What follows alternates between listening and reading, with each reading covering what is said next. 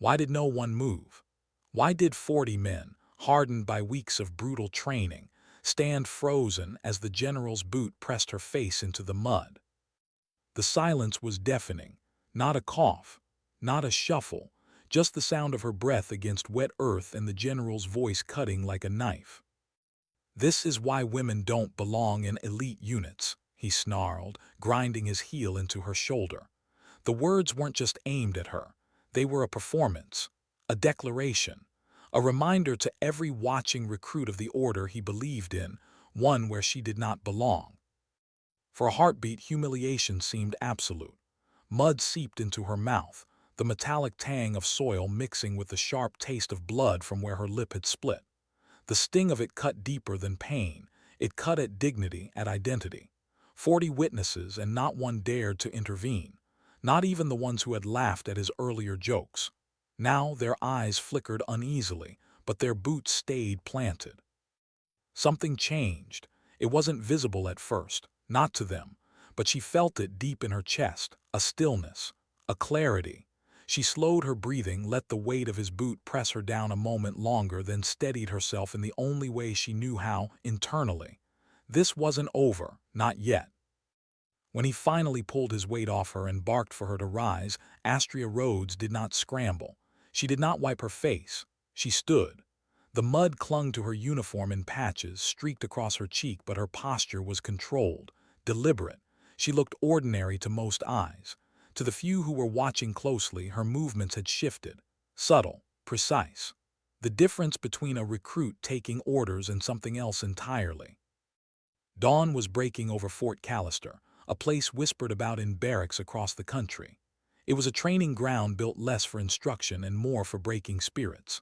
The fog still clung to the obstacle courses, gray tendrils curling around barbed wire and rusted steel frames. The air was sharp, the kind of cold that gnawed at fingers and seeped through fabric.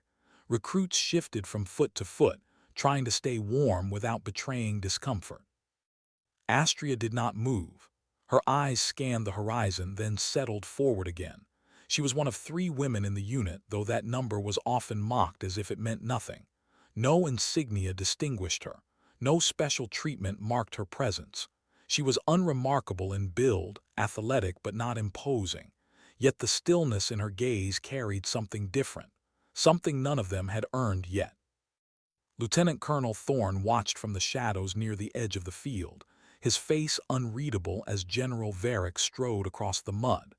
Varick carried himself the way a man does when no one has ever told him no. Scars etched his face.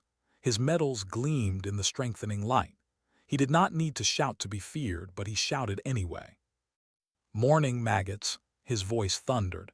14 of you are still here who should have quit weeks ago." His gaze lingered where he wanted it to hurt most, on her.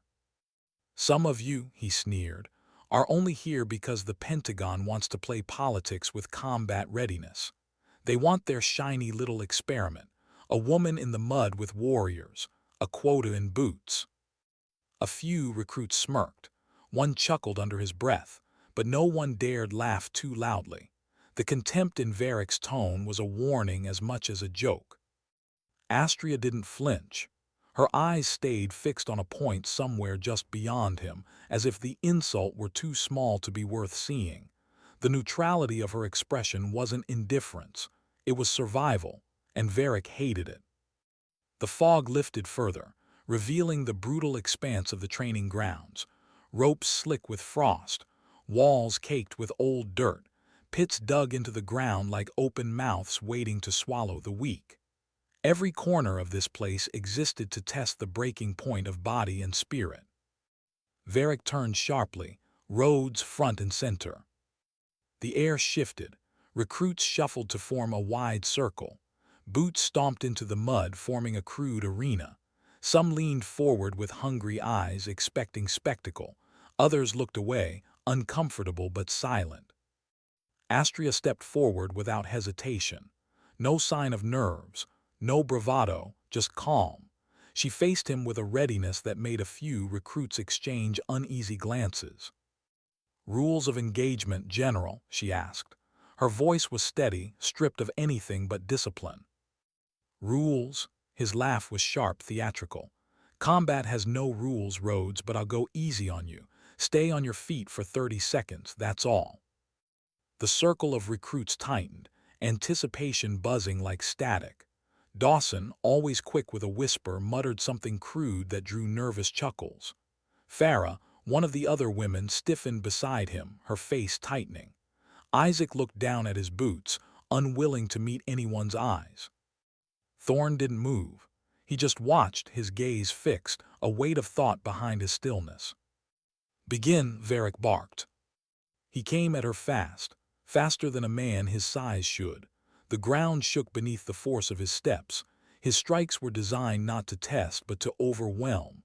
Astria blocked the first, parried the second. Her movements were sharp, by the book, exactly what recruits were taught. Competent but unremarkable, enough to stay upright, not enough to challenge. "Is this what they teach women now?" Varric mocked as he slipped past her guard. "How to look pretty while getting your ass handed to you?" The words stung more than the hits. Around them, smirks faded into something heavier. The fight wasn't entertainment anymore. It was cruelty. She blocked again, but the strikes kept coming. Sweat stung her eyes, mixing with the grit of mud. Then his legs swept hers out from under her. The impact was brutal.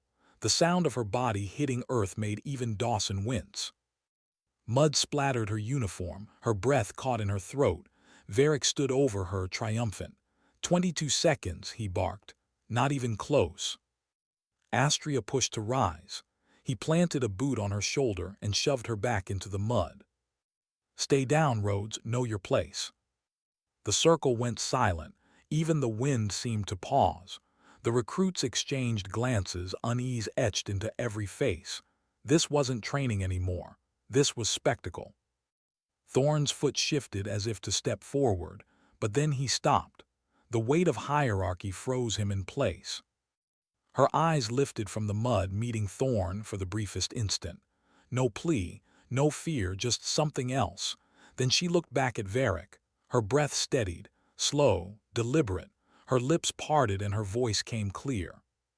"Permission to continue the exercise, General." Not anger, not humiliation, calm.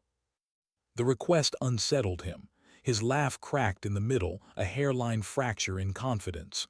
"Still think you've got something to prove? Fine. Let's see what else you've got." He stepped back, mockingly generous. Astria rose, not quickly, not slowly, controlled. Her posture shifted, and those who had been watching closely noticed it. The by-the-book stance was gone. What replaced it was subtle, almost invisible, until it was. Her center of gravity lowered. Her weight balanced differently. Her movements flowed like water waiting for the right shape to take. Latimer, one of the sharper recruits, narrowed his eyes. His breath caught as recognition flickered, but he said nothing. "Ready when you are, General," Astria said. Varric smirked, confident again. He charged. She sidestepped with a precision that wasn't in the manual. He swung harder. She absorbed, redirected, never striking, never overcommitting. The circle grew still. The entertainment had become something else, something they didn't have words for yet. "Where did you learn that?" Varric demanded after a sequence of moves slipped through his grasp. "Standard training, General," Astria replied evenly, her breathing measured. The lie was clean, too clean, and Varric knew it. The recruits leaned in, silent now, their faces caught between disbelief and recognition that something far beyond their level was unfolding in front of them. For the first time, Varric's confidence wavered. His strikes grew wild, desperate. His taunts vanished. Astria's eyes narrowed, not with triumph but with calculation. The mud on her uniform no longer mattered. The laughter of recruits no longer mattered. What mattered was timing, precision, control. And when the moment came, when Varric lunged with anger instead of strategy, she shifted. Her body moved with the ease of someone who had done this 1,000 times in silence, in shadows, where no audience had stood to watch. He fell, hard, into the same mud where he had pressed her face minutes earlier. The air split with silence so sharp it hurt. Not a cheer, not a gasp, Just the stunned stillness of 40 men and 2 women who had witnessed the impossible, the general, undone by the recruit he had tried to break. Why didn't anyone move? The general lay in the mud, his uniform stained, his medals caked with the same filth he had pressed against her face minutes earlier. His chest heaved as he rose to one knee, rage boiling in his eyes. But the recruits, 40 pairs of boots planted firmly in the ground, remained frozen. No one rushed to help him. No one dared break the silence that had swallowed the training ground whole. It wasn't just shock, it was fear. Fear of what came next, fear of what this moment meant. Astria didn't speak. She stood in perfect stillness, mud streaking her cheek, breath measured. Her eyes didn't waver from the man in front of her, not triumphant, not gloating, just calm. Her silence was louder than any taunt could have been. Varric's voice finally broke through, low at first, then rising, trembling with fury. "You're finished, Rhodes," he spat. "Pack your bags, you're out of this program." The words carried power, but somehow they rang hollow. Authority had always been his weapon, his shield.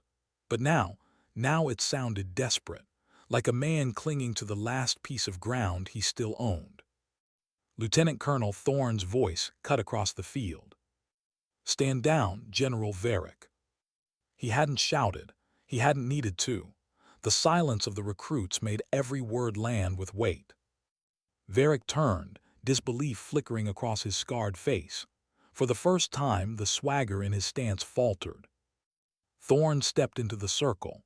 His presence was steady, grounded, like a stone pressed into the earth. He looked at Astria first. His voice softened, but his words carried to every ear. "Rhodes, identify yourself properly for the unit." The recruits shifted uneasily. A ripple of confusion ran through the crowd. Identify herself? What did that mean? Astria snapped to attention. Mud clung to her uniform, but her bearing was flawless. Her voice was clear, crisp, unshaken. "Captain Astria Rhodes, 5th Special Forces Group, Combat Applications Specialist, currently assigned to the Pentagon's Combat Integration Assessment Task Force, sir." The words hit like a detonation. A collective gasp rippled through the recruits. Dawson's jaw slackened, his earlier smirk evaporating. Farah's eyes widened in disbelief, as if the ground beneath her boots had shifted. Latimer blinked hard, the recognition that had been dancing at the edges of his mind now confirmed in full. Captain, not recruit. The revelation cracked open the entire illusion. The woman they had dismissed, mocked, underestimated. She had been more than their equal the entire time. She had been sent to evaluate them. Every word, every action, every silence over the past 3 weeks had been noted by someone who outranked nearly everyone on the field. The general's face drained of color. His rage faltered into alarm. "Sir, I was not informed." "That was the point," Thorne cut him off. His voice was steel. "An unbiased assessment requires authentic interactions. Captain Rhodes was inserted into this training cycle to observe the environment as a recruit would, to see who speaks up, who stays silent, who leads, who hides." The words settled over the recruits like a heavy weight. The mud on Astria's uniform no longer marked humiliation, it marked revelation. Varric's jaw worked, but no words came. His authority, once absolute, hung shredded in the air. Astria did not gloat, she did not soften. She stood at attention, calm as ever. There was no triumph in her eyes, only discipline, only purpose. "Captain Rhodes is not only qualified for this training," Thorne continued, his voice firm, "but has already completed it. Along with advanced courses most of you will never see. She has 3 combat deployments, a Silver Star, and a record that speaks for itself." Gasps again. Whispers broke the silence. Some stared at her in awe, others in shame. Dawson's smirk was gone, replaced by something quieter, recognition, maybe even regret. Astria's silence carried weight. She neither corrected nor added to Thorne's words. She let the truth stand on its own. Thorne's gaze shifted back to Varric. "General, my office now." The command was final, irrefutable. Varric stiffened, shoulders tight, and marched away, mud dripping from his uniform. For the first time in years, perhaps, he had been diminished in the eyes of his men. The recruits broke formation slightly, the structure of the exercise dissolving with Varric's retreat. Small groups clustered together, voices low. Glances flicked toward Astria, some curious, some ashamed, some quietly respectful. Farah was the first to step forward. Her posture wasn't stiff anymore. It was open, hesitant. "You knew," she said softly, "not a question, a realization. Every time he singled us out, every time he said we didn't belong, you already knew." Astria met her eyes. Her reply was quiet, steady. "My assessment wasn't just about him. It was about the unit, about all of you, who defended, who laughed, who stayed silent." Her words weren't cruel. They weren't condemning. They were simple, factual, yet they cut deeper than anger ever could. Several recruits shifted, unable to meet her gaze. Dawson looked down. His earlier bravado shrunk into silence. Isaac studied the mud at his feet as if the answers might be written there. Latimer stepped forward, clearing his throat. "Fifth group, ma'am." His tone carried respect now, not mockery. "My brother served with them, Syria. He mentioned female operators, said they were the real deal. Was that your unit?" Astria's voice didn't waver. "I don't discuss operational details, recruit." But for the first time, there was something softer in her tone, acknowledgement of his recognition. A shift began, subtle but unmistakable. The recruits looked at her differently now, no longer as an outsider forced into their world, but as someone who had walked roads they hadn't yet touched, someone who had endured more than any of them had imagined, someone who had chosen silence over showmanship. Astria stood calm, letting them sit with their discomfort. She didn't rush to fill the silence. She didn't demand respect. She simply held her bearing, and in that stillness she made her point clearer than words could. The sun had risen fully now. The fog was gone, the light harsh and direct. What had been hidden in shadow was revealed, not just her identity, but the cracks in the system itself. Later, as the recruits filed back to barracks, the whispers followed. Some walked with heads bowed, reevaluating everything they thought they knew. Others kept glancing back at her, as if trying to reconcile the woman covered in mud with the captain whose presence had shaken their world. That night silence hung heavier than usual in the bunks. The usual jokes, the banter, the noise, it was gone. Each man, each woman was left alone with their thoughts. What had they done when she was pressed into the mud? What had they chosen? Astria sat alone by her cot, writing notes in a small, leather-bound book. Her pen moved steadily, deliberately. She didn't look up. She didn't need to. She could feel the weight of their glances, not hostile now, curious, uneasy. She wrote without pause, observation complete, hierarchy built on silence, fear mistaken for discipline, cruelty mistaken for strength. She closed the book, set it beside her, leaned back and let her breath slow. For the first time that day, she let her eyes close, and for the first time in weeks she allowed herself to feel the quiet sting of loneliness. Because even now, even with the truth revealed, respect wasn't the same as belonging, and she knew it. The transformation had begun, but it was far from over. Why was the general still on base? Rumors rippled like wildfire the next morning, carried in whispers through the barracks and muttered behind clenched teeth in the mess hall. Everyone had expected him gone by dawn, transferred, dismissed, something. But General Varick still walked the grounds of Fort Callister, not with the same swagger, not with the same thunder in his voice, but he was there, and his presence was enough to choke the air with unease. The recruits tried to act as though nothing had shifted, as though training continued unchanged. But silence had replaced the usual bravado. Meals were quieter, jokes were rare. Every glance toward Astria carried weight, respect from some, shame from others, resentment from a few who still clung to the world Varick represented. Astria herself moved the same as before. She rose with the dawn, ran with the unit, carried her rifle across the obstacle courses without complaint. Her uniform was clean, her posture perfect. But her silence seemed louder now, more deliberate. She never mentioned the fight. She never mentioned her rank. She behaved exactly as she had before, except the recruits now saw every gesture differently. That morning's run was brutal, 10 miles through mud and frozen streams, packs loaded with stone. Varick barked orders as usual, but his tone was strained, brittle. His rage had lost its edge. When he shouted, no one laughed. When he sneered, no one echoed him. His voice sounded hollow against the pounding of boots on earth. Farah kept pace beside Astria. For the first time since the program began, she didn't feel invisible. She didn't feel alone. Still, she couldn't bring herself to speak. What could she say? That she admired her, that she felt ashamed for not stepping forward that day. The words sat heavy on her tongue, unsaid. Latimer, 2 rows back, kept his eyes forward, but his mind spun. Every move Astria made, every shift of her shoulders, every breath, he measured against what he now knew. He recognized techniques he hadn't seen before, hints of training he had only heard stories about. His respect for her grew, but so did his unease. If she was here to assess them, what did she see when she looked at him? Dawson, trailing near the back, felt something else entirely. Embarrassment gnawed at him, sharp as broken glass. His crude jokes, his laughter when Varick mocked her, they played back in his head over and over. He hated the memory, hated how small it made him feel. And yet anger flared too.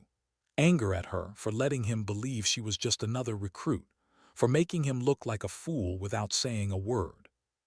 By the time the run ended, their bodies were soaked, their breaths ragged clouds in the cold morning air.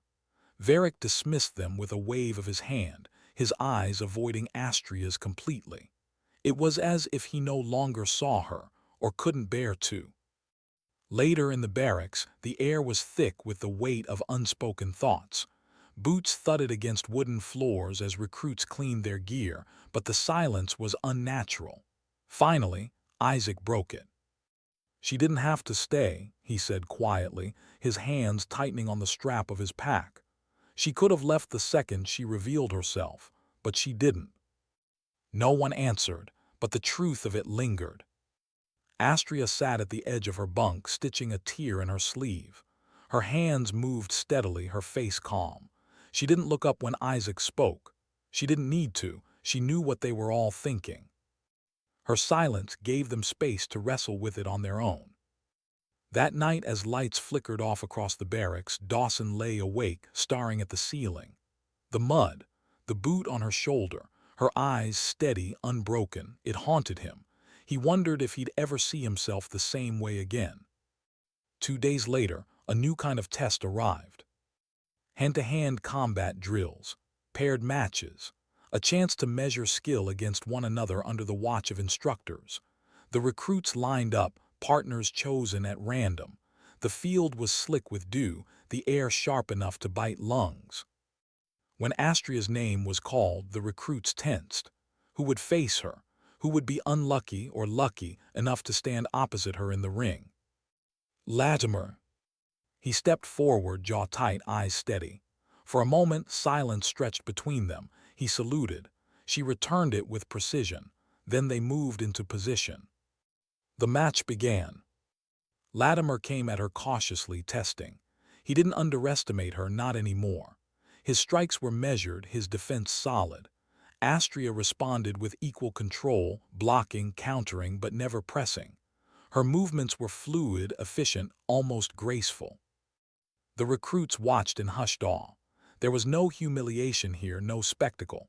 It was training, real training for the first time in weeks. Minutes passed.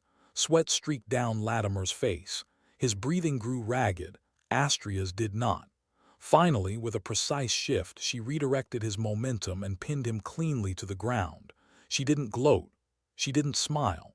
She helped him up with a firm hand, then stepped back into formation as though nothing had happened. For the first time, the recruits saw what training could be. Not a theater of cruelty, but a crucible of skill. Later in the mess hall, Farah slid her tray down beside Astria's.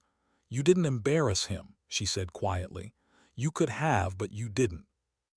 Astria took a sip of water, then set the cup down. Strength isn't just about winning. It's about restraint.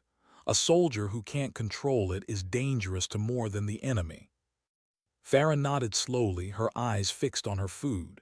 She wanted to ask more, about training, about deployments, about how Astria had endured, but the words stuck. She feared sounding foolish. Across the hall, Dawson watched the two women in silence. His chest tightened.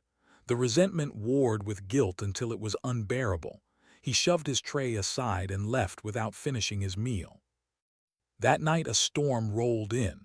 Rain hammered the tin roofs of the barracks, thunder shaking the ground. The recruits lay awake, listening. Some found comfort in the rhythm. Others found only restlessness. Astria sat at her desk, pen scratching across her notebook. The stormlight flickered through the window, illuminating her profile. She wrote steadily, unfazed by the chaos outside. Observation, cracks forming in unit cohesion, respect shifting, shame settling in, silence breaking but not yet, resentment rising in one, pride dissolving in another. Potential exists. The culture is malleable. She paused, tapping the pen against the page. Her mind drifted, not to the unit, not to the general, but to the faces of soldiers she had once served beside. Faces she would never see again. Faces buried in sand and dust in foreign places where silence was not a choice, but survival. Her hand trembled slightly before she steadied it. She closed the notebook and sat back, listening to the rain. Across the room, Dawson turned in his bunk, restless. Latimer stared at the ceiling, thoughtful. Farah lay with her eyes closed, whispering a prayer she hadn't spoken since childhood. The storm raged, and in that storm something unspoken shifted again. The general's shadow still hung over them, but a new force had entered the space between their breaths. Not authority by rank, not cruelty by tradition, but quiet strength. A strength that demanded no recognition, yet reshaped everything it touched. Why did the silence feel heavier than before? Morning came clear after the storm, but the air at Fort Callister was sharper, cut with a tension that hadn't eased with the rain. The mud was thicker, the ground uneven where bootprints had filled with water. The recruits stood in formation, but their posture betrayed unease. Some shoulders slumped with shame, others stiffened with denial. Eyes drifted toward Astria, then quickly away, as though even looking at her was an admission. Varick's absence was the first change. He was not there to bark, to sneer, to stalk the line of recruits like a predator circling prey. Instead, Thorne stood at the front, hands clasped behind his back, gaze steady. He did not raise his voice. He did not need to. The silence that fell when he spoke was complete. "Training continues," he said. His tone was calm, but it carried weight, more final than any shout. "But understand this, discipline is not cruelty. Strength is not humiliation. Those who mistake one for the other have no place here." The recruits shifted uncomfortably. No names were spoken, but everyone knew who he meant. The absence of Varick behind him confirmed it. Whispers rippled later that morning. He'd been called to headquarters, stripped of immediate authority. Reassignment, discipline, maybe worse. The rumors swirled like smoke, none confirmed, but all of them carried the same truth. His era at Callister was over. But that didn't erase the shadow he had left. During the day's drills, every recruit carried it. The weight of their own silence when she was in the mud, the memory of their laughter, their failure to act. It was heavier than the rifles they carried, heavier than the stones in their packs. Astria carried herself unchanged, perfect form, immaculate gear, a soldier among soldiers, but now every movement seemed magnified. Her silence was no longer invisible, it was a mirror. Each recruit saw themselves reflected in it, forced to reckon with who they had been. The obstacle course ran slick with rainwater, ropes dripping, walls caked in wet dirt. One by one, recruits slipped, cursed, clawed their way forward. Astria moved with steady precision, her body absorbing the punishment without complaint. She helped no one, asked for no help. Her discipline was hers alone. Farah faltered on the rope climb, her grip sliding. For a moment it seemed she would fall, but Astria at the top already didn't extend a hand. She simply looked down, calm, steady. Farah gritted her teeth, forced her body upward, and reached the top on her own. When her boots hit the platform beside Astria, her chest heaving, she realized what the look had meant. Astria hadn't ignored her, she had expected her to finish. No pity, no weakness, respect. Farah's lungs burned as she followed her across the beam. For the first time, she felt not less than, but equal to. Behind them, Dawson slipped in the mud, landing hard. He cursed, pounding the ground with his fist. No one laughed. Not anymore. Latimer offered him a hand, but Dawson ignored it, pushing himself up with a growl. His anger had nowhere to go, so it simmered inside him, poisonous and unresolved. Later, during weapons drill, Thorne observed from the perimeter, arms folded, while Astria moved among the recruits. Not to instruct, not to correct, just to stand shoulder to shoulder with them, firing at the same targets, reloading with the same efficiency. Her presence made them sharper, more aware of every movement, not because she demanded it, but because they demanded it of themselves in her presence. Isaac noticed it first. "She doesn't say a word," he whispered during a break, "but it feels like she's teaching anyway." Farah nodded, though her expression was conflicted. "She's showing us what it looks like, what it should look like." Dawson sat nearby, wiping sweat from his brow, his jaw tight. "Or maybe she's just waiting," he muttered, "watching, judging every one of us." The bitterness in his voice made a few recruits glance at him sharply, but no one replied. His words lingered in the air, uncomfortable, unclaimed. That evening, when the recruits filed into the mess hall, Astria sat at her usual spot, quiet, disciplined, eating slowly. The chatter around her was muted, broken into pockets of low voices. Every so often, someone's eyes flicked toward her, then away. Latimer finally spoke into the silence. "She doesn't have to be here." His voice was low, but it carried. "She's done this already. She's survived deployments we can't even imagine, and she's still here, doing every drill, taking every hit with us." The table fell silent. No one answered, but the thought planted itself unshakable. When lights went out in the barracks, the unease remained. Dawson lay awake, staring at the ceiling, replaying every moment, the laughter, the mud, the look in her eyes. Guilt burned hot, but his pride fought it. The conflict tore at him, leaving him restless, angry at himself, angry at her, angry at everything. Across the room, Astria wrote again in her notebook, her pen steady in the flicker of lamplight. Observation, cracks widening, unit identity shifting, shame acknowledged by some, resisted by others, resentment festering in one. Leadership absence creates space for recalibration, potential for change uncertain. She paused, her pen hovering. Her chest tightened with a memory, faces lost in the dust of a foreign war, men who had underestimated her until the bullets started flying, men who had not lived to learn better. Her hand trembled for a moment before she steadied it again. She closed the notebook, extinguished the lamp, and lay back in her bunk. Her breathing slowed. She let the silence fill her, even as thunder rolled faintly in the distance. The recruits shifted in their sleep. Farah dreamed of climbing the rope, her hands slipping but her will carrying her upward. Latimer dreamed of his brother, telling stories of operators in Syria who could do the impossible. Dawson dreamed of mud pressing against his face, though it wasn't his body pinned, it was hers. And every time she looked at him with the same calm eyes, unbroken. By dawn, something in the air had changed again. Not lighter, not easier, but heavier with the weight of reflection. And though Varick's shadow lingered, though resentment still simmered, the seeds Astria had planted by simply being, by standing, by enduring, by acting without theatrics, were beginning to take root. Sometimes change begins not with a speech, not with defiance, but with silence that refuses to break.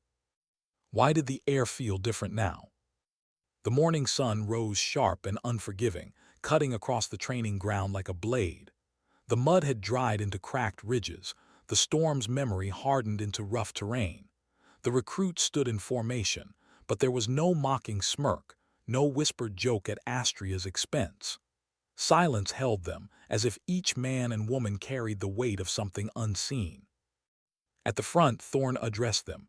His voice was calm but unyielding. Discipline is not cruelty. Leadership is not domination. If you learn nothing else here, learn that. The words landed with a gravity that Varric's shouts never had. There was no performance in Thorne's tone, just truth. The recruits listened, stiff in their lines, their faces unreadable. But the shift was there, quiet, undeniable. Astria stood among them, her posture the same as theirs, her uniform immaculate. She said nothing. She never did. Yet her presence changed everything. She didn't need to remind them of what had happened. They carried it in their minds, in their silence, in the way their eyes flicked toward her and then away again. The day's drill was a forced march across the ridges, packs weighted, rifles slung, terrain unforgiving. The sun beat down, merciless, baking the mud into stone. They moved in silence, boots pounding dirt in rhythm. Astria kept pace without effort, her breathing steady, her eyes forward. Farah struggled, sweat dripping into her eyes, her shoulders aching under the pack's weight. But every time she thought of slowing, she looked at Astria, calm, composed, unbroken, and she pushed harder. Latimer noticed it too. Every recruit moved differently now, straighter, sharper, not out of fear of punishment but out of a new awareness. They were measuring themselves against her, even if they wouldn't admit it. She had become the silent standard. Dawson lagged at the rear, bitterness gnawing at him. His breath came ragged, his legs heavy. Every time his eyes landed on Astria, anger flared. She had exposed him, not by words, not by action, but by existing. By showing a discipline he hadn't found in himself. Shame burned hot, and shame demanded someone to blame. At the halfway point, Thorne called for a halt. Packs dropped to the dirt, canteens uncapped, recruits sinking into brief relief. The silence held even here. No laughter, no chatter, just the sound of water sloshing in canteens and breaths catching in throats. Astria sat alone, her back straight, her eyes scanning the horizon. She didn't drink immediately. She waited, as though conserving even her thirst was discipline. Farah hesitated, then sat near her. Not beside her, not too close, just near enough to feel the edge of her presence. Astria turned her head slightly, acknowledging her, nothing more. For Farah, it was enough. Dawson sat apart, scowling at the dirt. Latimer lowered himself across from him, watching. Finally, he spoke, his voice low. "She's not the problem." Dawson's jaw clenched. "Don't start." "You know I'm right," Latimer pressed. "The problem isn't her, it's us. The way we acted, the way we laughed." Dawson shot him a glare sharp enough to cut, but Latimer didn't flinch. The silence stretched between them until Dawson looked away, his fists tight in the dirt. When the march resumed, the sun higher, the packs heavier, the silence grew heavier too. Each recruit was alone with their thoughts, their shame, their pride, their fear. And Astria moved among them, calm as ever, her silence demanding a reckoning none of them could escape. By evening, when the march ended and they returned to barracks, exhaustion clung to them like a second uniform. Boots dropped to the floor. Bodies slumped on bunks. The air was thick with sweat and unspoken words. Astria wrote in her notebook, pen scratching steady. Observation, recruits beginning to self-correct. Shame producing discipline in some, resentment in others. Silence functioning as mirror. Authority of cruelty fractured. Potential shift toward strength defined by restraint. Resistance remains. She closed the book, set it aside, and leaned back against the wall. For a brief moment her eyes softened, distant. She thought of past marches, longer, harder, in places where the sun was hotter and the danger real. She thought of faces she no longer saw. She swallowed, steadying herself. Then her gaze returned to the present. Discipline allowed no indulgence in memory. Later that night, when the lights dimmed, voices finally broke the silence. Farah's voice, soft. "She makes me want to be better." Isaac's reply, equally low. She makes me realize I should have spoken sooner. No one mentioned Varric. No one dared, but his shadow lingered. Rumors said he'd been reassigned, stripped of training command. Some whispered Alaska, others whispered worse. Whatever the truth, his absence was as loud as his presence had been. In the dark, Dawson turned on his bunk, restless. Her words replayed in his mind, not spoken aloud but etched into his memory when she had told Farah, "My assessment was about all of you, who spoke up, who stayed silent." He hated it because it was true. Sleep didn't come. He lay awake, fists clenched, jaw tight, as if he could fight the guilt into silence. Across the room, Astria slept, her breathing slow, steady. Even in rest, her presence shaped the air. The recruits dreamed uneasy dreams, of mud, of silence, of boots pressing down and eyes that refused to break. Morning would bring new trials, but already the ground beneath them had shifted. The program hadn't ended, the standards hadn't changed, but the way they measured themselves had. And none of them, not Farah, not Latimer, not Dawson, would ever move through training the same way again. Because now they knew someone was watching. Not a general with cruelty in his eyes, not an instructor eager to humiliate, but a soldier who had lived the very life they aspired to, who had walked the road they claimed to want, and who carried herself with a silence that demanded they rise to it. Sometimes the loudest voice on a field of war isn't the one shouting. It's the one that says nothing and still cannot be ignored. Why did the training field feel like a different place now? It wasn't the mud, it was the same, still clinging, still cold beneath boots. It wasn't the air, it was just as sharp, biting at lungs with each breath. No, the change was deeper. It was in the way the recruits moved, the way they carried themselves, the way silence held between them, heavier now, but no longer empty. Varric was gone, the rumors had been true. A hearing, a reassignment, a career stripped of pride.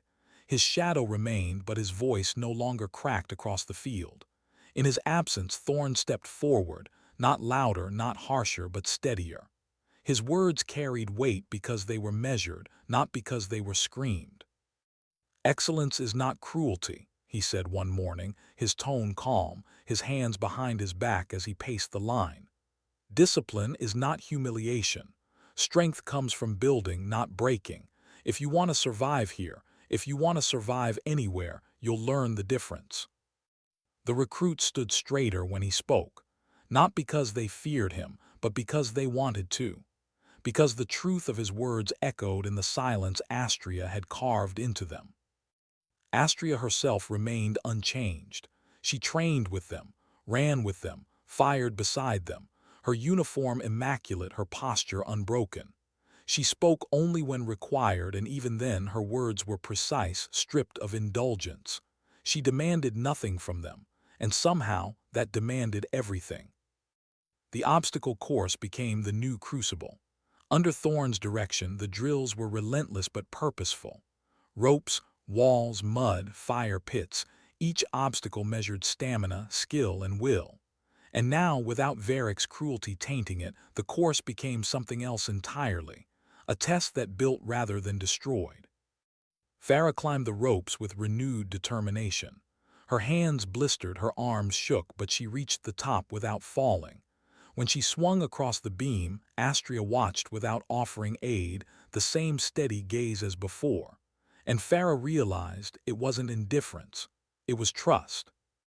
Latimer ran the course with sharp precision, his eyes fixed forward, his movements efficient. He had begun studying her in silence, learning from every shift of her stance, every way she conserved energy. He found himself imitating her breathing, her posture, her rhythm. And for the first time he felt himself improving, not through force but through awareness. But Dawson struggled. He completed the course, but his movements were ragged, his breath angry, his eyes clouded with something darker. Every time Astria's presence brushed against him, it burned. He couldn't shake the memory of her in the mud, calm under Varric's boot. He couldn't escape the shame of his own silence. The more he thought about it, the more his resentment grew, not at Varric, not at himself, but at her. In the barracks, the atmosphere was shifting too. The crude jokes had died out. The laughter at another's expense had gone silent. Meals were quieter, sharper, but not hollow. Respect had begun to take root, even if it was unspoken. Farah found her voice in small ways, asking Isaac to spot her during lifts, challenging Latimer to push harder during runs. She wasn't invisible anymore, and she carried herself like someone who had finally realized she belonged. Latimer leaned into discipline, studying the manuals at night, practicing drills until his knuckles bled. His curiosity about Astria had shifted into determination. If she could carry herself with such control, maybe he could too. Dawson grew restless, his words sharper, his silence heavier. He sat at the edges, watching, scowling, chewing on bitterness he couldn't spit out. The unit was changing and he was being left behind. And the more they admired her, the more he hated her. Astria noticed, of course. She wrote it in her notebook one evening, her pen steady in the lamplight. Observation, Farah gaining confidence. Latimer learning restraint. Isaac stabilizing. Dawson unstable. Resentment escalating. Threat potential. She closed the book, her face still, her thoughts quiet. But the weight of that single note lingered with her. She had seen men like Dawson before. Pride twisted into anger, shame hardened into hostility. On a battlefield, that kind of man was dangerous, not only to himself, to everyone.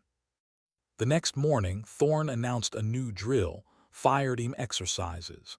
Small groups running tactical scenarios across the training grounds, coordinating movement under simulated pressure. It was a test of communication, trust, cohesion. Exactly the kind of test this fractured unit needed. Astria was assigned to a group with Farah, Latimer, Isaac, and Dawson. The recruits exchanged glances when the names were read, tension rippling through the formation. Dawson's jaw tightened, his eyes flickering toward her with something sharp. Farah's heart pounded, but she said nothing. Latimer swallowed hard, understanding the test was bigger than the drill itself. They set out across the muddy field, rifles ready, gear strapped. The exercise began, an assault scenario through mock terrain, wooden barricades, dugout trenches, simulated fire cracking in the distance. Astria moved with calm precision, her signals clear, her presence steady. Farah followed her lead, eyes sharp, movements clean. Latimer kept formation, adapting quickly, syncing his timing with hers. Isaac provided cover, his aim steady. Dawson lagged. His movements were sloppy, his cover late, his frustration growing with every passing second. Astria corrected once, twice, not with words but with gestures. Calm, professional, but the corrections burned hotter than shouts ever could. Halfway through the course, Dawson broke formation. He charged forward, ignoring signals, ignoring the team. The exercise faltered, the formation crumbled. Farah shouted, Latimer scrambled to adjust, Isaac hesitated. Astria caught Dawson by the strap of his gear, yanking him back into cover just as simulated rounds peppered the barricade he'd exposed himself to. Her grip was firm, her eyes unflinching. "Stay with the team," she said, her voice low, controlled. For Dawson it was too much, too calm, too steady, too much like a reminder that she saw everything he was. "I don't need you telling me how to fight," he snapped, his voice loud enough for the others to hear. Silence followed. Farah froze, Latimer's eyes widened. Isaac looked away. Astria didn't react. She didn't flinch. She simply let go of his strap, her eyes calm, her voice even. "Then prove it with discipline, not recklessness." The words landed sharper than a blade. Dawson's face flushed, his fists tight around his rifle. For a heartbeat, it seemed he might explode. But then Thorne's voice carried across the field, distant but clear. "Finish the course." The exercise resumed, the tension thick, every movement strained. Dawson kept his distance, his eyes burning. Astria didn't look back at him once. By the end, when they reached the final checkpoint, the team was exhausted, their breaths ragged, their gear heavy with mud. Thorne dismissed them with a nod, no lecture, no reprimand, just observation. Back at the barracks, the silence was thick. Farah wanted to speak but didn't. Latimer clenched his fists, frustrated. Isaac buried himself in cleaning his rifle. Dawson sat apart, his jaw tight, his eyes dark. Astria opened her notebook again that night, her pen steady. Observation, unit cohesion tested. Farah, growth evident. Latimer, improvement steady. Isaac, consistent. Dawson, escalating instability. Potential fracture point. She closed the book, sat back, listened to the quiet of the barracks. The recruits slept uneasy. Some carried hope, some carried shame. Dawson carried something heavier, darker. The program was changing. The unit was changing, but not everyone wanted to change with it. And in silence, Astria knew. What came next would test not just the unit, but the very line between strength and destruction. Why did no one breathe when it happened? The day had started with drills like any other, long runs under the morning sun, rifles slung, sweat dripping into eyes. But an edge hung in the air, sharp and dangerous.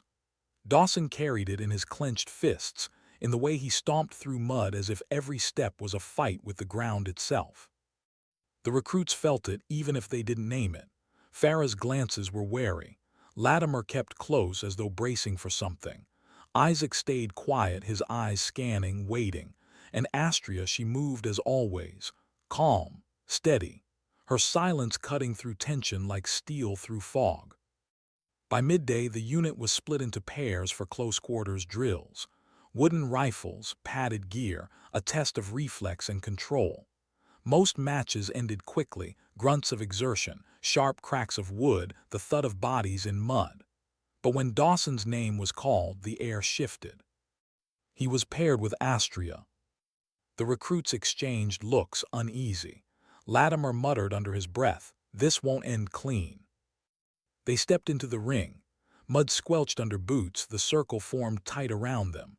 Dawson gripped the wooden rifle like it was real steel, his knuckles white, his jaw clenched. Astria stood opposite him, relaxed, her stance balanced, her eyes calm. Thorne gave the signal, "Begin." Dawson lunged, wild and heavy. Astria deflected with fluid precision, her movements economical. She didn't strike, didn't retaliate, only redirected, letting his own momentum throw him off balance. He stumbled, mud splashing his legs, growling with frustration. The recruits watched, silent.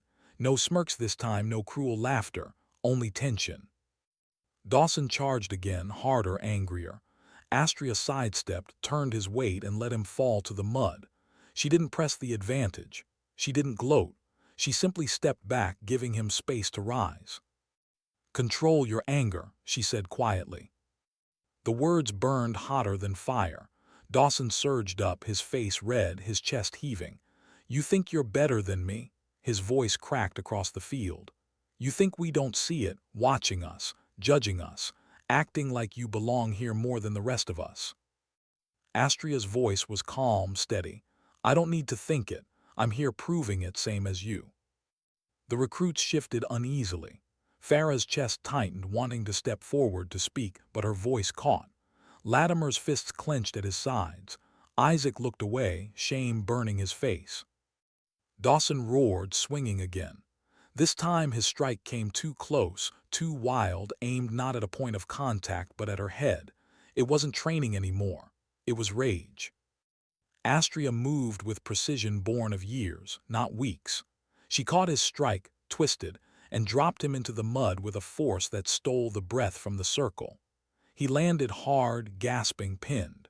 Her knee pressed against his back, her grip firm on the wooden rifle that had clattered free from his hands. The silence was deafening.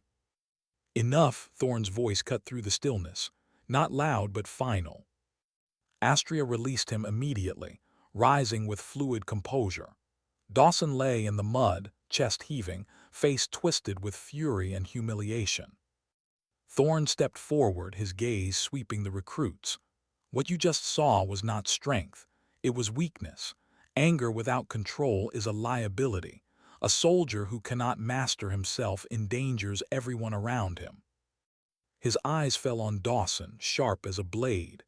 You will decide if you belong here, because right now you do not. The words struck like thunder. Dawson's face flushed crimson, his fists tight, but he said nothing. He couldn't. The recruits shifted, uneasy. They had seen it too. The difference between discipline and destruction. The difference between strength and recklessness. Astria stood in silence, her breathing steady, her posture perfect. She didn't look at Dawson. She didn't need to. Her restraint said everything. That night the barracks were heavier than ever.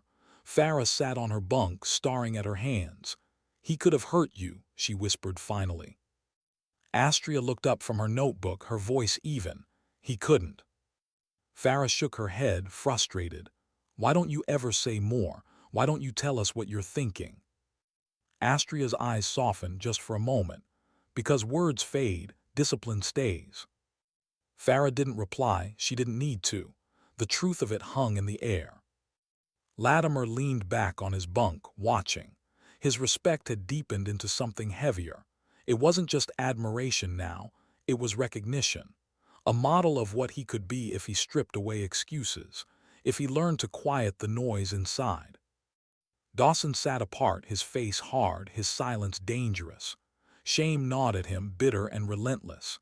He had been exposed again, not just by her skill, but by his own loss of control. And every recruit had seen it. Every one of them knew.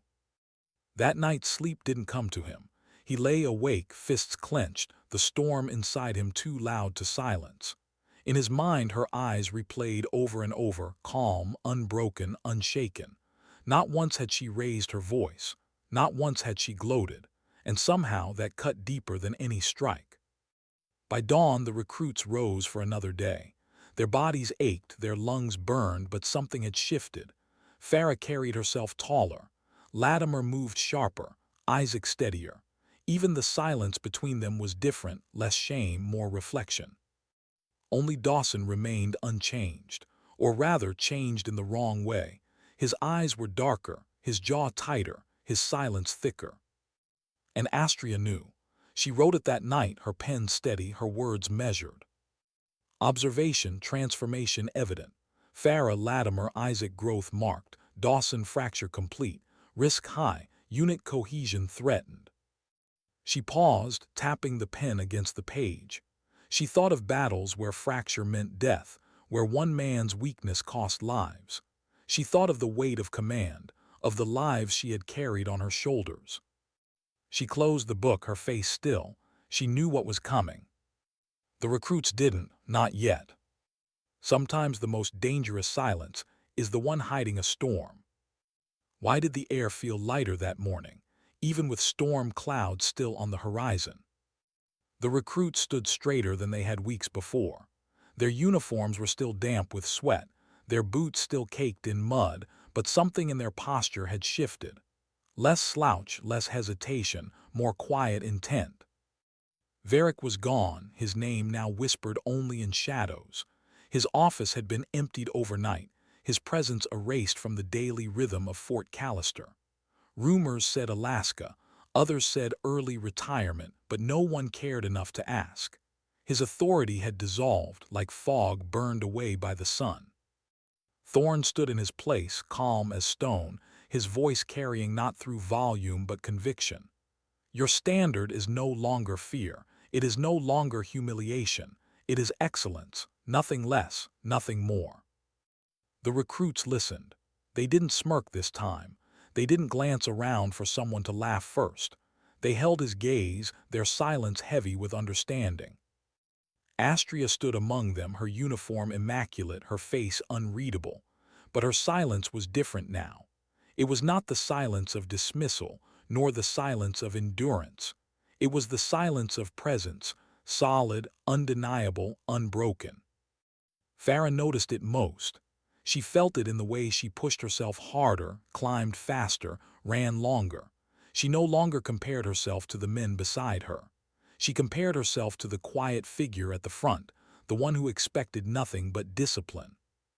Latimer noticed it too. He found himself breathing differently, steadying his rhythm to match hers. When obstacles rose before him, he moved with more economy, more thought. He had begun to see training not as punishment but as sharpening. Isaac noticed it in his own confidence. He didn't wait for orders to help Farah over the wall. He didn't hesitate to give Dawson cover when his formation faltered. The shame of silence had forced him to find his voice. And Dawson noticed it in a way that burned. He carried his resentment like a stone in his chest, heavy, immovable. He couldn't let it go, couldn't forgive her for what she had revealed in him. Every glance at Astria was a reminder of weakness, every silent moment with her an accusation. It broke finally during weapons drill. The recruits stood in line, firing at targets, the sound of rifles cracking through the air in sharp rhythm. Brass casings fell into the mud, smoke curling upward. Astria's shots were precise, measured, consistent. She reloaded with smooth economy, her breathing steady. Dawson's shots grew sloppy, his frustration mounting with every miss. He slammed his magazine into the rifle, muttering curses under his breath. Latimer glanced sideways, uneasy. Farah caught the tension too, her chest tightening. Then Dawson snapped. He turned, rifle half raised, eyes dark. For a split second the field froze. The recruits stiffened, breaths caught, hearts pounding. Astria didn't flinch. She lowered her weapon slowly, her voice calm. "Control yourself, recruit." The words were simple, but they hit like a command. Thorne's voice cut across the field like steel. "Dawson, stand down." The silence that followed was suffocating. Dawson's chest heaved, his grip tight. For a moment it seemed he might not obey. But then the rifle sagged, his shoulders slumped, and he dropped his weapon into the mud. The recruits exhaled, the tension bleeding from the air. Thorne's gaze never wavered. "You are finished here," he said quietly. "Pack your gear." No one spoke as Dawson left the line, his boots dragging through mud, his silence heavier than any words could have been. Some felt pity, others relief. All of them knew it was necessary. Astria stood calm, her rifle cradled, her eyes forward. She didn't watch him leave. She didn't need to. His fate was his own, carved by his choices. That night the barracks were quieter than ever, but it wasn't the uneasy silence of shame anymore. It was something else, reflection, even resolve. Farah sat straighter, her eyes sharp. Latimer studied his notes by lamplight, his determination evident. Isaac cleaned his rifle with precision, his movements disciplined. And Astria wrote in her notebook, her pen steady. Observation, fracture resolved. Unit identity shifting towards strength. Farah confidence secure. Latimer discipline sharpened. Isaac reliable, Dawson removed, program correcting. She closed the book, her hand lingering on the cover for a moment. She thought of Varick's boot pressing her into the mud. She thought of the recruits' silence. She thought of the way the mud now clung to none of them, not as humiliation, but as reminder. The next morning Thorne assembled the unit. His gaze swept across them, steady, commanding. Astria stood beside him now, not among them. Her rank visible, her presence undeniable. "The purpose of elite training," Thorne said, "is not to break soldiers, it is to build them." Somewhere along the way that truth was lost here, Captain Rhodes reminded us. His voice carried, steady in the clear morning air. "The standards do not change, they never will, but the way we reach them must reflect not cruelty but excellence. That is what will keep you alive when it matters. That is what will make you worthy." He turned to Astria. "Captain, any final words?" Astria stepped forward, her boots sinking into the same mud where she had once been pressed down. She looked at the faces before her, men and women who had laughed, who had stayed silent, who had changed. Her voice was even, calm, deliberate. "3 weeks ago I came here as a recruit. I was judged not by my skill but by assumption, by the belief that I did not belong, that my place was already decided. Some of you laughed. Some of you stayed silent, but a few of you saw more. And in that silence, in those choices, I saw the truth of this program. Her eyes swept across them, holding each gaze briefly. The future of combat doesn't belong to those who shout the loudest. It belongs to those who see clearly, who adapt, who choose discipline over pride, strength over cruelty, excellence over ego. She paused. The silence hung heavy, every ear straining for her words. I look forward to serving alongside those of you who finish this training, not as men, not as women, but as soldiers. Her words landed, heavy and undeniable. Latimer straightened, his chest swelling with resolve. Farah's eyes burned with quiet fire. Isaac lifted his chin, his jaw firm. Even the recruits who had once smirked lowered their eyes, chastened but determined. Then Latimer did something no one expected. He called the unit to attention. His voice cracked across the field. "Captain Rhodes." The recruits snapped to attention, one by one, their boots striking mud in perfect rhythm. Then, as if carried by one will, they raised their hands in salute. Farah, Isaac, even those who had once mocked. Astria returned the salute with perfect precision, her face calm, her silence heavy with meaning. What had begun in humiliation ended in respect, not demanded, not forced, earned. Months later, Astria sat in a congressional hearing, her dress uniform crisp, her decorations visible. Cameras flashed, voices buzzed, headlines scrolled across screens. Pentagon overhauls, elite training protocols. The Rhodes Standard implemented nationwide. Her testimony was calm, precise. Not self-congratulation, not bitterness, just truth. The truth she had carried silently through mud, through scorn, through restraint. And across the country, young women in barracks and training fields watched her on screens. They saw themselves in her silence, in her strength. They saw possibility where before there had been only dismissal. Back at Fort Callister, a simple plaque was placed near the obstacle course where it had all begun. The mud still clung to boots, the ropes still burned palms, the drills still broke bodies. But now, etched into steel, were words that carried further than any command. Excellence knows no gender, the Rhodes Standard. Sometimes dignity doesn't speak. It simply acts.